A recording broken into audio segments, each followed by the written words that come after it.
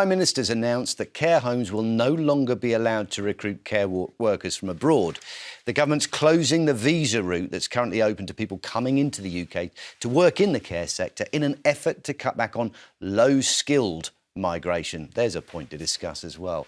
However, hiring people who have already come here is allowed, and those who already have a visa will be allowed to get it extended. Joining us now is migration expert and political commentator Mike Jones. Mike, I have a feeling your view on this would probably change quite quickly if it was your mum and dad that needed care, wouldn't it? Not necessarily, no, because the crackdown is completely justified because wages are artificially low.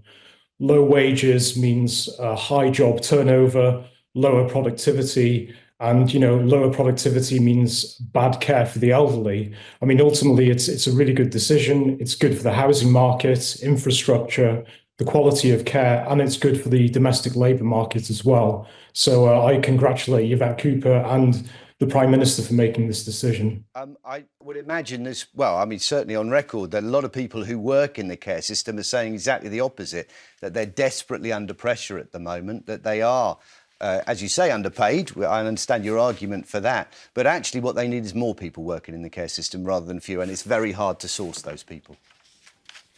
Well, you need to raise wages. It's, basic economics and human psychology. Wages are kept artificially low.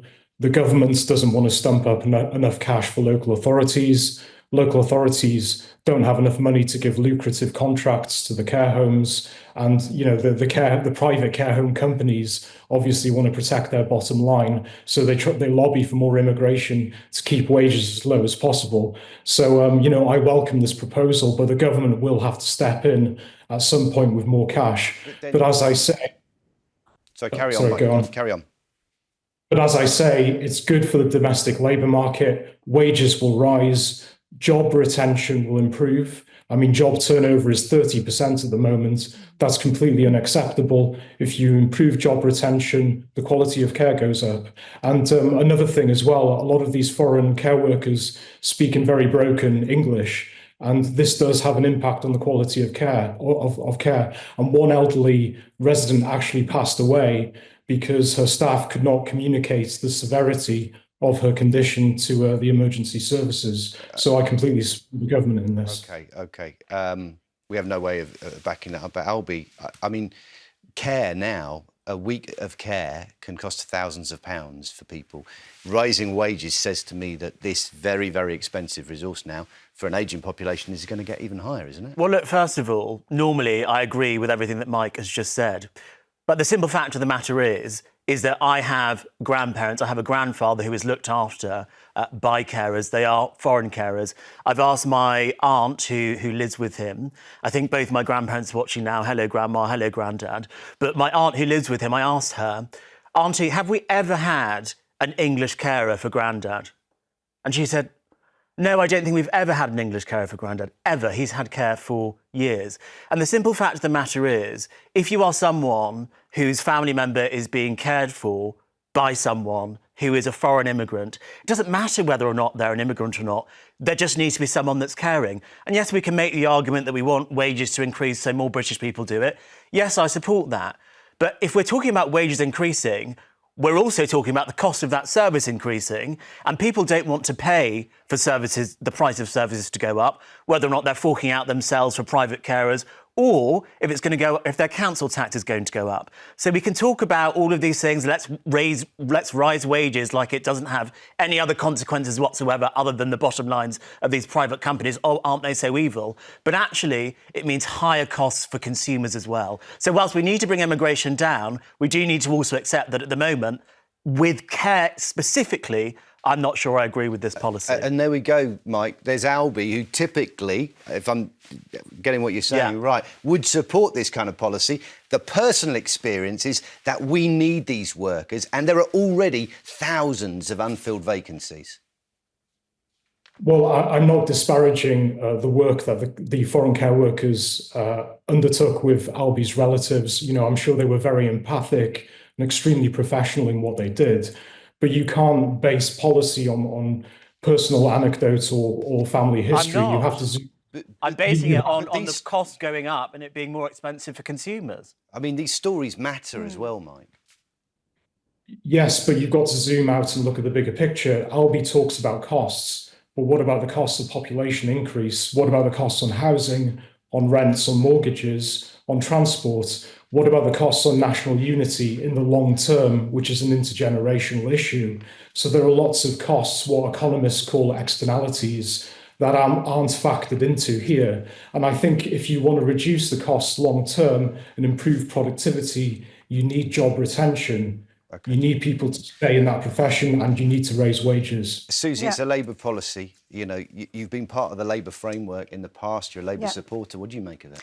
Well, I also just think, look, we've got high levels of people that are out of work in this country and we want to be, you know, upskilling them into these roles. And also, I mean, there are people that have come over here on the care visa and aren't working in care at the moment. So in some ways, it's like we're bringing people in when we actually already have people in the country that came over on that visa and are not working in that sector. So actually, we need to do something to... I reckon about 10,000 of those who've come over, but it's not worked. Exactly. Got them into those roles. So then actually the policy in itself is not working as it stands. There's something that's gone very, very wrong. OK, we're going to be talking about this a lot more. Don't forget, later on, we're going to be asking... Don't forget, later on, we'll debate whether we need to ban adverts for junk food.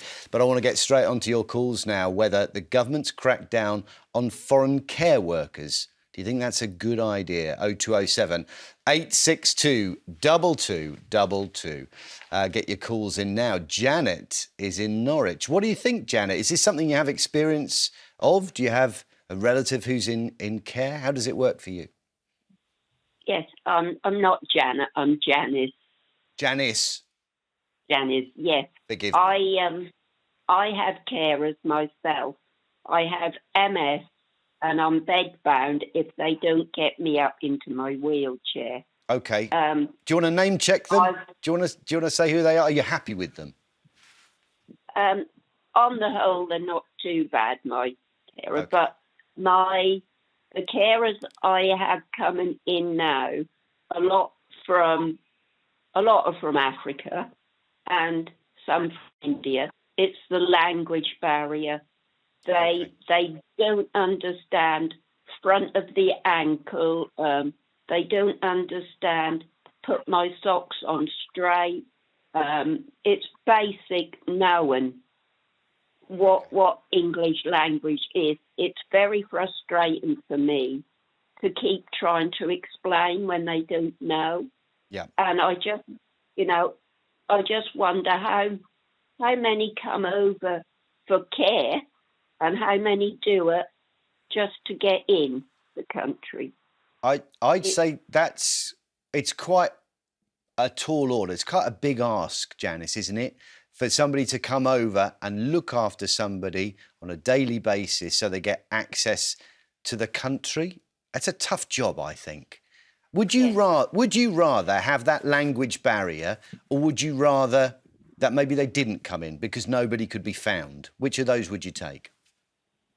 That's a difficult one. Yes, it's a good idea to have them come over, but I think they should have more understanding of the English language. I mean, do you not think in a year or two there would be a greater understanding because they're learning on the job and it's in their interests to get better at understanding English? Yes, I do. But at the moment, it's very difficult because I can have 3 different carers come in a day. Yeah. And that is exhausting for me. Yeah. And it takes longer to do my care. Okay. Which I have to contribute to. Yeah. It was very much the point Mike was making about that understanding. But I wonder if the same carers are with you in 2 or 3 years' time, it might be a different picture entirely. Let's take another call. Anne's in West Yorkshire. Anne, do you think this crackdown on foreign care workers makes sense to you? Not really at all.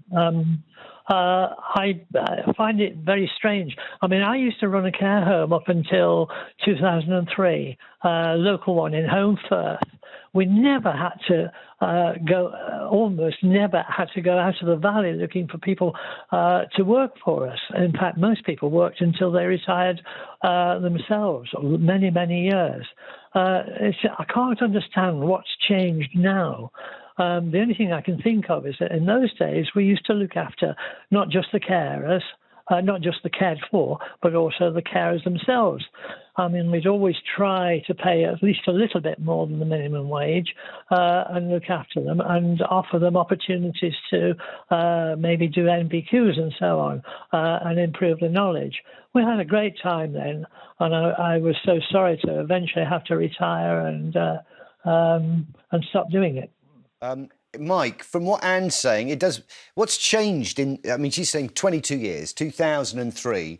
From your understanding of the situation, why is it that she said she had no trouble recruiting UK workers to do those jobs, and she was paying slightly ahead of the other rates that were going on, ahead of minimum wage? What's changed?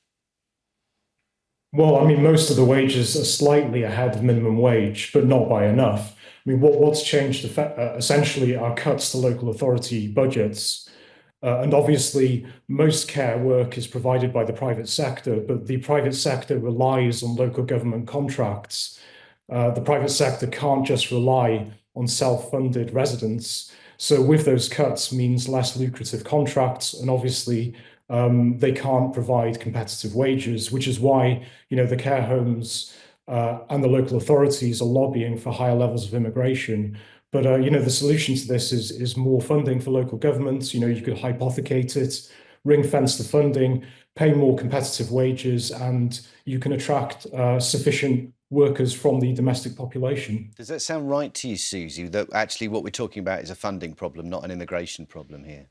Yeah, I think so. I mean, look, there's a few factors going on here, isn't there? I mean, look, ultimately, we want to be drawing. We've got how many young people out of work? This is a big problem in this country, like the NEET levels. And I've actually worked with that group. And we have people in this country that actually would like to do that job, but actually the wage levels, the conditions are just putting people off. And actually we do just need a bit of a revolution in it. And that's got to be the future. But obviously, we're also in a time where finances are difficult for us as a country.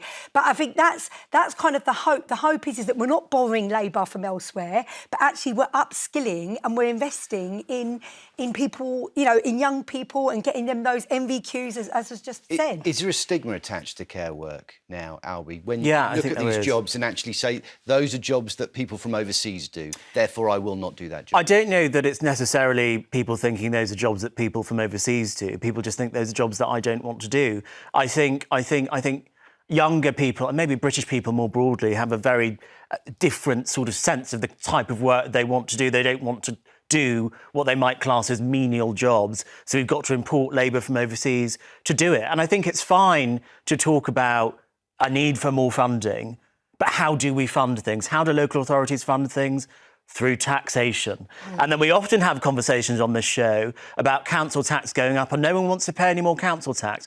We cannot pay care workers more, we cannot pay bin men more, we cannot pay these people more unless we have higher council tax, and no one wants to pay it. I think almost the bigger challenge is to persuade young people this is a noble and good thing to do. This has a career trajectory and a path ahead of them as well. Let's take another call. Ben's in South Yorkshire.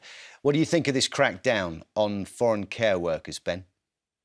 I don't find where we're going. Good afternoon, Matt. I don't find we're going to find labour from this, as my partner's just been in the care sector, in community care. She's getting up for work, leaving the house at 7 a.m. and not getting in the house until 10 p.m., which was a long shift. And out of all them hours, she'd roughly get paid 7 hours for the work she'd done. Wow. OK. So a lot bit more travel time and hanging around waiting to meet up with next appointment at different properties. Ben, do you mind me asking where your partner comes from? Is she from the UK? She's from the UK, yeah. I just want to highlight the problem within care sector, how many hours they're physically working and what they physically get paid. Yeah. And do you think that's enough to dissuade people from the UK from doing it? Is she looking to get out of the industry? She's already left it. She's already left the sector. Okay.